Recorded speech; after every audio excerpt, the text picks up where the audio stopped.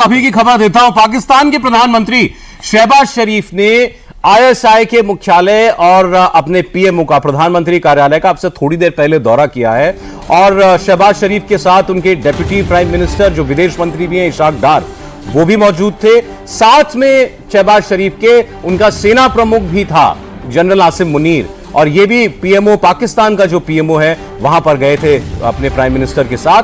प्रधानमंत्री कार्यालय ने, पाकिस्तान के पीएमओ ने यह बताया है कि प्रधानमंत्री को वर्तमान सुरक्षा स्थिति के बारे में डिटेल जानकारी दी गई है। और शहबाज शरीफ ने कहा है कि पूरा देश अपनी बहादुर सेनाओं के साथ खड़ा है।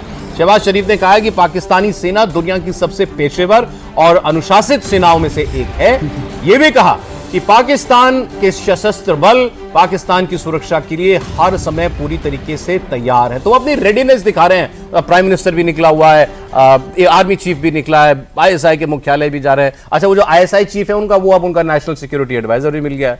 तो इस वक्त पाकिस्तान का पूरा टॉप अमला जो है वो दिखा रहा है अपने लोगों को कि हम भी हैं, हम कुछ कर रहे हैं, तुम्हारे लिए चिंता मत करो। क्यों ये मतलब निकाला जाए। पाकिस्तान का, सौरभ, देखो सबसे बड़ी समस्या इस समय की क्या है।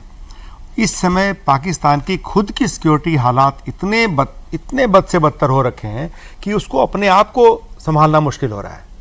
इकॉनमी और बाकी चीज़ें तो छोड़ दो, इनकी अपनी सुरक्षा, बलूचिस्तान का सबको मालूम है कि वहाँ क्या चल रहा है, फाटा रीजन में क्या चल रहा है सबको मालूम है। तालिबान और अफगानिस्तान, जिसको कभी सोचा करते थे कि वो हमें सुरक्षा देंगे, वहाँ तालिबान इन्हीं के ऊपर चढ़ी हुई है। तो इस समय जो है उनकी जो आर्मी है वो उनके वेस्टर्न फ्रंट पे इतनी कमिटेड है कि कितना उसमें से स्पेयर करके वो इधर ला पाएंगे वेस्टर्न फ्रंट के लिए, वो भी उनके लिए एक समस्या है। इसी पर बात करनी है सर आपसे जी। आपको लगता है जो खबरें आ रही हैं, कर लिया इन्होंने मोबिलाइज अपने आप को अपने ईस्टर्न फ्रंट पर, मतलब भारत के साथ सीमा पर? हमारे पास बिल्कुल पुख्ता जानकारी तो नहीं है इस चीज़ की, लेकिन जो हमें समझ में आता है कि जितनी वो सेनाओं को इधर पहले जमावड़ा कर पाते थे उतना तो नहीं कर पाएंगे। उतना इसलिए नहीं कर पाएंगे कि इस समय टेररिज्म का पाकिस्तान के अंदर ही इतना बोलबाला है कि ये अपनी समस्याओं को चलते हुए, कई लोगों का ये मानना है कि अभी के जो इनके चीफ हैं, वो जब पुलवामा हुआ था तो आईएसआई चीफ थे जी, और अभी जो है आर्मी चीफ हैं, तो इन्होंने उसी लेवल का दूसरा एक्शन कर दिया। उनकी अपनी कंपल्शन इतनी है कि अपने देश को इकट्ठा रखने के लिए सुरक्षा का एक इस तरह का माहौल बना करके, लोगों को इस तरह से इनसिक्योरिटी बढ़ा करके, उन लोगों को इकट्ठा करके बाकी समस्याओं से उनका ध्यान भटकाना जो है, ये एक मेन मुद्दा उनका इस समय होगा, ऐसा मेरा मानना है। ये फुल स्ट्रेंथ में नहीं आ सकते इंडियन बॉर्डर पर, कभी भी फुल स्ट्रेंथ में नहीं आ सकते। जैसा कि मेस्टन ने बताया, जनरल मेस्टन ने, कि इसी वजह से वो ज्यादातर न्यूक्लियर बोगी पे चले जाते हैं।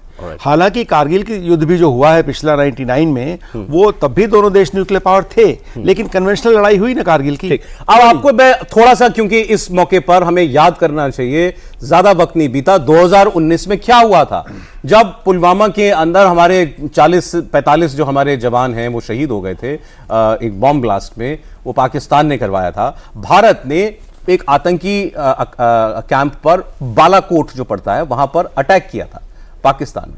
वो हमने हवाई जहाज से अटैक किया था, अपने फाइटर जेट से। उसके बाद पाकिस्तान ने भी पलटवार करने की कोशिश की थी।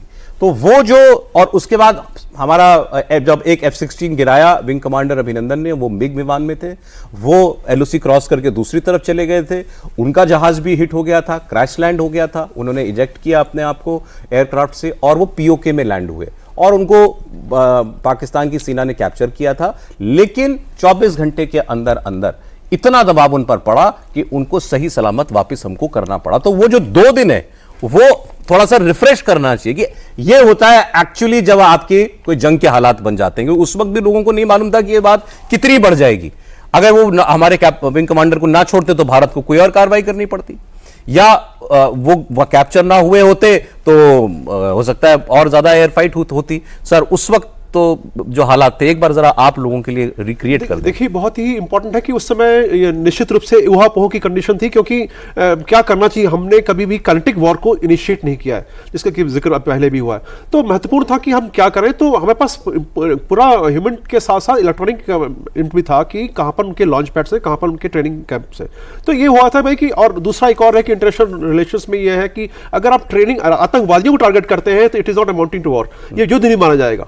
तो उसी, सर आपको रोक रहा हूं, जिस चीज का जिक्र जनरल रॉय कर रहे थे, देखिए वो एक और पाकिस्तान के सरदर्द की बुरी खबर आ रही है उनके लिए। बलूचिस्तान में पाकिस्तान की आर्मी पर एक बड़ा हमला अभी हुआ है, इसकी जानकारी आई है, और उनके सेना के 6 जवान मारे गए हैं। 5 जवान घायल हैं। तो बलोच लिबरेशन आर्मी ने एक बार फिर पाकिस्तान की सेना पर हमला करके उनके 5 जवानों को मार गिराया। वही